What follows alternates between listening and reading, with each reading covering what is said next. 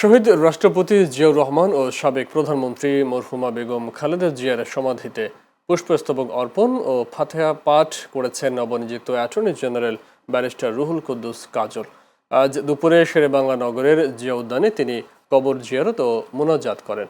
এ সময় তিনি বলেন, 12 ফেব্রুয়ারির নির্বাচনের মাধ্যমে দেশে একটি গণতন্ত্রের যাত্রা শুরু হয়েছে। তিনি বলেন, দেশের মানুষের সুশাসন নিশ্চিত করা গেলেই মানুষের মৌলিক অধিকার ফিরে পাবে। সে লক্ষ্যেই কাজ করছে বিচার বিভাগ। এ সময় বিজ্ঞ আইনজীবী সহ বিএনপির নেতাকর্মীরা উপস্থিত ছিলেন।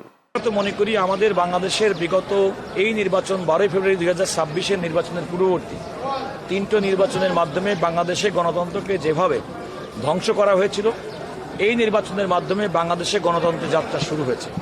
এই গণতন্ত্রের যাত্রা শুরু হওয়ার পরিপ্রেক্ষিতে আমরা মনে করি যে বাংলাদেশের সুশাসন সুনিশ্চিত হবে, এবং যখন সুশাসন সুনিশ্চিত হবে সর্বক্ষেত্রে, তখন মানুষের মৌলিক অধিকার হিসেবে তার ন্যায় বিচার প্রাপ্তির যে অধিকার, সে অধিকারটা সুরক্ষিত হবে। হাজার হাজার কোটি টাকা লুটপাটকারী সিন্ডিকেটের কবল থেকে মালয়েশিয়ার শ্রমবাজার মুক্ত করার দাবি জানিয়েছে Bangladesh association of international recruiting agency BAIRA syndicate বিরোধী সদস্যরা। একই সাথে সব বৈধ রিক্রুটিং এজেন্সির জন্য উন্মুক্ত করার দাবি জানান তারা। দুপুরে রাজধানীর ঢাকা রিপোর্টার্স ইউনিটিতে আয়োজিত এক সংবাদ সম্মেলনে এ দাবি জানানো হয়। সংবাদ সম্মেলনে বাইরার ইসি কমিটির সাবেক সদস্য মোস্তফা মাহমুদ বলেন, সিন্ডিকেট ভাঙা না হলে তারা আমরণ অনশনে যাবেন। তিনি অভিযোগ করেন, নির্দিষ্ট একটি গোষ্ঠী দীর্ঘদিন ধরে শ্রমবাজার নিয়ন্ত্রণ করে আসছে এবং হাজার হাজার কোটি টাকা লুটপাট করেছে। এসব ব্যক্তিকে দেশে এনে বিচারের আওতায় আনার দাবি জানান তিনি। লিখিত বক্তব্যে বলা হয়, 2016 সাল থেকে FWCMS নামের সফটওয়্যার ব্যবস্থার মাধ্যমে 2024 সাল পর্যন্ত একটি সিন্ডিকেট মালয়েশিয়ার শ্রমবাজার নিয়ন্ত্রণ করে। তারা অভিযোগ করেন, এসব টুল অভিবাসী কর্মীদের শোষণের হাতিয়ার হিসেবে ব্যবহৃত হয়েছে, যা আন্তর্জাতিকভাবে সমালোচিত। 16 সালে করছি, 21 সালে করছি, এখন কি আমরা 26 সালে আবার সিন্ডিকেটের মাধ্যমে লোক পাঠাবো? এটা তো হতে পারে না। আমাদের মূল দাবি ওইখানে। আমরা দেখতেছি তারা বিভিন্নভাবে সরকারকে প্রলুব্ধ করার চেষ্টা করতেছে, তারা ম্যানিপুলেট করার চেষ্টা করতেছে। ওই যে আমার এক বোন সাংবাদিক প্রশ্ন করছে, কারা কারা জড়িত। দেখেন, এখানে কারা জড়িত এই প্রশ্নের জবাব আমি আপনাকে এখানে দিতে পারতেছি না। অনেকেই জড়িত থাকতে পারে, কিন্তু আমরা বিশ্বাস করি আমাদের মাননীয় প্রধানমন্ত্রী কিছুতেই এই দেশের সিন্ডিকেট হতে দেবে না। সারা দেশে আশঙ্কাজনক হারে বাড়া হামের সংক্রমণ নিয়ন্ত্রণে আজ থেকে শুরু হয়েছে হামের বিশেষ টিকাদান কর্মসূচি। সকাল 9টা থেকে দেশের 18 জেলার 30 উপজেলায় এই কর্মসূচি শুরু হয়। 6 মাস থেকে 59 মাস বয়সী শিশুরা এই টিকা পাচ্ছে। কেউ আগে পেয়ে থাকলেও চলমান ক্যাম্পেইনে টিকা নিতে পারবে। সকালে ঢাকার নবাবগঞ্জে হামের টিকাদান কর্মসূচির উদ্বোধন অনুষ্ঠানে স্বাস্থ্যমন্ত্রী সরদার মোহাম্মদ শাখাওয়াত হোসেন বলেন, বরগুনা, পাবনা, চাঁদপুর, চাঁপাইনবাবগঞ্জ, নাটোর এবং যশোর সহ যেসব এলাকায় সম্প্রতি হামের প্রকোপ বেশি দেখা গেছে, সেখানেই এই জরুরি পদক্ষেপ নেওয়া হচ্ছে। তবে হামের প্রাদুর্ভাব মোকাবিলায় আগামী 3রা মে থেকে সারা দেশে বিশেষ টিকাদান কর্মসূচি শুরু হবে বলে জানান মন্ত্রী। আমরা মাত্র 1 মাসের ভিতরে একটা বৃহত্তর টিকাদান কর্মসূচি আমরা আজকে শুরু করলাম। স্বাস্থ্যসেবার সকল দিকে আমরা হস্তক্ষেপ করেছি, সকল দিকে আমরা উন্নয়ন আনতেছি। আমাদের এই হসপিটালে ঢুকে দেখেন, ডাক্তারদের উপস্থিতি বেড়ে গেছে, পরিচ্ছন্নতা বেড়ে গেছে। সকল দিক থেকে একটা কথা বলে রাখি, এই 17 বছরের জঞ্জাল, over the night we cannot finish, but we are fighting. আমরা যুদ্ধে জিতবো। তারেক রহমানের নেতৃত্বে এই বিশ্বাস নিয়ে সামনে এগিয়ে যাচ্ছি। আপনাদের সহযোগিতা কামনা করি। মধ্যপ্রাচ্য সংঘাতের জেরে বিশ্বজুড়ে জ্বালানি সংকটের প্রেক্ষিতে দেশের সরকারি বেসরকারি অফিসের সময়সূচিতে আনা হয়েছে পরিবর্তন। আজ থেকে সকাল 9টা থেকে বিকেল 4টা পর্যন্ত চলে অফিস, আর ব্যাংকের লেনদেন চলে সকাল 10টা থেকে বেলা 3টা পর্যন্ত। তবে জরুরি পরিষেবাগুলো নতুন সময়সূচির আওতার বাইরে থাকছে। আদালতের সময়সূচি নির্ধারণে সুপ্রিম কোর্ট প্রয়োজনীয় নির্দেশনা দেবেন। আর বেসরকারি খাতের শিল্প প্রতিষ্ঠান বা কলকারখানা ও প্রতিষ্ঠানের জন্য কর্মঘণ্টা নির্ধারণের বিষয়ে নির্দেশনা দেবে শ্রম ও কর্মসংস্থান মন্ত্রণালয়। এদিকে সব দোকানপাট, শপিং মল ও বিপণী বিতান বন্ধের সময় 6টা থেকে বাড়িয়ে সন্ধ্যা 7টা নির্ধারণ করা হয়েছে বলে জানিয়েছেন জ্বালানি প্রতিমন্ত্রী অনিন্দ্য ইসলাম অমিত। দোকান মালিক সমিতির আবেদনের প্রেক্ষিতে এই সিদ্ধান্ত নেওয়া হয়েছে বলে জানান প্রতিমন্ত্রী। রাজধানীর তুরাগ এলাকায় অবৈধ ও নকশা বহির্ভূত স্থাপনার বিরুদ্ধে অভিযান পরিচালনা করেছে রাজধানী উন্নয়ন কর্তৃপক্ষ রাজুক। সকালে তুরাগের রানাভোলা এলাকায় পরিচালিত অভিযানে একটি 10 তলা ভবন সহ একাধিক নকশা বহির্ভূত স্থাপনার বিরুদ্ধে ব্যবস্থা নেওয়া হয়। অভিযানে নেতৃত্ব দেন রাজুকের নির্বাহী ম্যাজিস্ট্রেট শান্তা রহমান এবং অথরাইজড অফিসার এহসান ইমাম। অভিযানে 3টি নির্মাণাধীন ভবনের নকশা বহির্ভূত বর্ধিত অংশ ভেঙে ফেলা হয়। এছাড়া একটি ভবনের মালিকের কাছ থেকে মুচলেকা নেওয়া হয়েছে, যাতে ভবিষ্যতে অনুমোদিত নকশা অনুযায়ী নির্মাণ কাজ পরিচালনা করা হয়। এছাড়া 2টি ভবনের বিদ্যুৎ সংযোগ বিচ্ছিন্ন করে নির্মাণ কাজ বন্ধ রাখার নির্দেশ দেওয়া হয়। এ বিষয়ে নির্বাহী ম্যাজিস্ট্রেট শান্তা রহমান জানান, রাজধানীতে পরিকল্পিত নগরায়ন নিশ্চিত করতে এবং অবৈধ দখল ও নকশা বহির্ভূত নির্মাণ প্রতিরোধে এ ধরনের অভিযান ভবিষ্যতেও অব্যাহত থাকবে। রাজুকের পক্ষ থেকে আমাদের ভ্রাম্যমাণ আদালতের যে নিয়মিত অভিযান হয় তার অংশ হিসেবে আজকে আমরা উত্তরারি অংশটাতে এসেছি। এখন পর্যন্ত আমরা 4টা আন্ডার কনস্ট্রাকশন বিল্ডিং যা ছিল সেখানে, আর এখানে একটা খেলার মাঠ ছিল, এই জায়গাগুলিতে আমরা দেখেছি যে যেখানে অবৈধ স্থাপনা পেয়েছি সেখানে অবৈধ অংশটুকু আমরা বেশিরভাগ ক্ষেত্রে ভেঙে দিয়েছি। আর যেখানে কয়েকটা জায়গায় বিদ্যুতের মিটারটা আমরা সিজ করেছি যে ওনাদের কাজটা বন্ধ রাখার জন্য। আর একজনের আন্ডারটেকার নেওয়া হয়েছে একজনের কাছে, উনি বলেছেন উনি নিজের দোকে ওটা ভেঙে দিবেন ওনার অবৈধ অবস্থা অবশ্যই। প্রধানমন্ত্রী তারেক রহমানের সঙ্গে সৌজন্য সাক্ষাৎ করেছেন বাংলাদেশে নিযুক্ত মার্কিন রাষ্ট্রদূত ব্রেন্ট ক্রিস্টেনসেন। দুপুরে প্রধানমন্ত্রীর সচিবালয়ে কার্যালয়ে এ সাক্ষাৎ অনুষ্ঠিত হওয়ার কথা নিশ্চিত করেন প্রধানমন্ত্রীর অতিরিক্ত প্রেস সচিব আতিকুর রহমান রুমন। এ সময় মার্কিন রাষ্ট্রদূত প্রধানমন্ত্রী তারেক রহমানের হাতে 2টি ঐতিহাসিক ছবি এবং হোয়াইট হাউসের একটি রেপ্লিকা তুলে দেন। ছবিগুলোর একটিতে শহীদ প্রেসিডেন্ট জিয়াউর রহমান ও যুক্তরাষ্ট্রের সাবেক প্রেসিডেন্ট জিমি কার্টার এবং অন্যটিতে সাবেক প্রধানমন্ত্রী বেগম খালেদা জিয়া ও সাবেক প্রেসিডেন্ট জর্জ H.W. বুশকে দেখা যায়। পরে উভয় দেশের পারস্পরিক স্বার্থ সংশ্লিষ্ট বিভিন্ন বিষয়ে আলোচনা করেন তারা। এ সময় পররাষ্ট্রমন্ত্রী ডক্টর খলিলুর রহমান এবং পররাষ্ট্র উপদেষ্টা হুমায়ুন কবির উপস্থিত ছিলেন। ইস্টার সানডে উপলক্ষে প্রধানমন্ত্রী তারেক রহমানের সঙ্গে শুভেচ্ছা বিনিময় করেছেন প্রোটেস্ট্যান্ট চার্চের নেতৃবৃন্দ। সকালে সচিবালয়ে প্রধানমন্ত্রীর কার্যালয়ের মন্ত্রী পরিষদ বিভাগে এই শুভেচ্ছা বিনিময় হয়। এ সময় চার্চের প্রতিনিধি দল প্রধানমন্ত্রীর হাতে ফুলের তোড়া তুলে দিয়ে ইস্টার সানডের শুভেচ্ছা জানান। প্রধানমন্ত্রীও খ্রিস্টান সম্প্রদায়ের নেতাদের উৎসবের শুভেচ্ছা জানান এবং তাদের সঙ্গে কুশল বিনিময় করেন। এ সময় প্রধানমন্ত্রী বলেন, যুগ যুগ ধরে সাম্প্রদায়িক সম্প্রীতি, শান্তি ও ভ্রাতৃত্বের এক অনন্য উদাহরণ বাংলাদেশ। সকল ধর্মের মানুষ সমান অধিকার নিয়ে নিজ নিজ উৎসব পালন করেন এখানে। একটি বৈষম্যহীন ও সমৃদ্ধ বাংলাদেশ গড়তে সব ধর্মের মানুষের ঐক্যবদ্ধ অংশগ্রহণ নিশ্চিত করার লক্ষ্যে কাজ করে যাচ্ছে সরকার।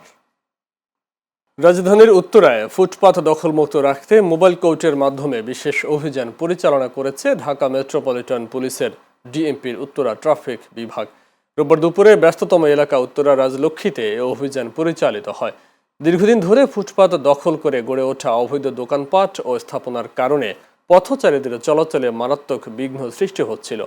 পরিস্থিতি নিয়ন্ত্রণে আনতে স্পেশাল মেট্রোপলিটন ম্যাজিস্ট্রেট মোহাম্মদ আসাদুজ্জামানের নেতৃত্বে পরিচালিত এই অভিযানে ফুটপাত দখল করে থাকা বিভিন্ন অবৈধ স্থাপনা উচ্ছেদ করা হয় এবং দোকানপাট সরিয়ে দেওয়া হয়।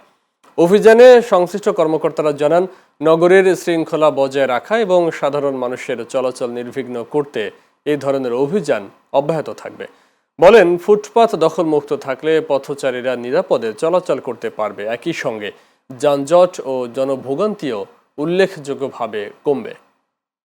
গাজীপুরের কালিয়াকৈরে গার্মেন্টস কারখানার শ্রমিকদের নিয়ে ফুটবল টুর্নামেন্টের আয়োজন করা হয়েছে। শনিবার রাতে উপজেলার পূর্ব চান্দুরা মাঠে খেলার আয়োজন করা হয়। এই খেলায় গাজীপুরের বিভিন্ন শিল্প কারখানার শ্রমিকরা অংশ নিয়েছেন। উদ্বোধনী অনুষ্ঠানে প্রধান অতিথি ছিলেন কালিয়াকৈর পৌর বিএনপির সিনিয়র যুগ্ম সাধারণ সম্পাদক সাইজুদ্দিন আহমেদ। খেলাটি উদ্বোধন করেন খাজা বদরুদ্দোজা মডার্ন হাসপাতালের পরিচালক ডাক্তার বখতিয়ার হোসেন। এ সময় বিভিন্ন স্কুল কলেজের শিক্ষক ও ছাত্রছাত্রীরা উপস্থিত ছিলেন। সারা দেশের মতো ব্রাহ্মণবাড়িয়াতে হাম ও রুবেলা টিকাদানের কর্মসূচি শুরু হয়েছে। রোববার সকালে ব্রাহ্মণবাড়িয়া জেনারেল হাসপাতালের টিকাদান কর্মসূচির উদ্বোধন করেন জেলা প্রশাসক মোহাম্মদ আবু সাইদ। 9টি উপজেলায় কর্মসূচির আওতায় 6 মাস থেকে 59 মাস বয়সী শিশুদের টিকা দেওয়া হবে। এদিকে চাঁদপুর সদরের হামের প্রাদুর্ভাব বাড়ছে এবং হাইমচর উপজেলার 488টি কেন্দ্রে টিকা কার্যক্রম শুরু হয়েছে। রোববার সকাল থেকে কয়েকটি টিকা কেন্দ্র পরিদর্শন করেন জেলা প্রশাসক আহমেদ জিয়াউর রহমান ও সিভিল সার্জন নূরে আলম দিন। চাঁদপুর সদরে অস্থায়ী ইপিআই টিকা কেন্দ্র 330টি, হাইমচর উপজেলা অস্থায়ী ইপিআই টিকা কেন্দ্র 128টি ও পৌরসভার অস্থায়ী ইপিআই টিকা কেন্দ্র 40টি কেন্দ্রে পর্যায়ক্রমে ভ্যাকসিন কার্যক্রম চলবে। অন্যদিকে হামের প্রাদুর্ভাব বাড়ায় ময়মনসিংহে 6 মাস থেকে 59 মাস বয়সী শিশুদের জরুরি টিকাদান কর্মসূচি শুরু হয়েছে। সকালে নগরীর চুরখাই ইসলামিয়া ফাজিল মাদ্রাসায় টিকাদান কর্মসূচির উদ্বোধন করেন ময়মনসিংহ 4 আসনের সংসদ সদস্য আবু ওহাব আকন্দ ওয়াহিদ। এ সময় সদর স্বাস্থ্য অধিদপ্তরের উপপরিচালক ডাক্তার সৈয়দ আবু আহমেদ শফি সহ অনেকে উপস্থিত ছিলেন।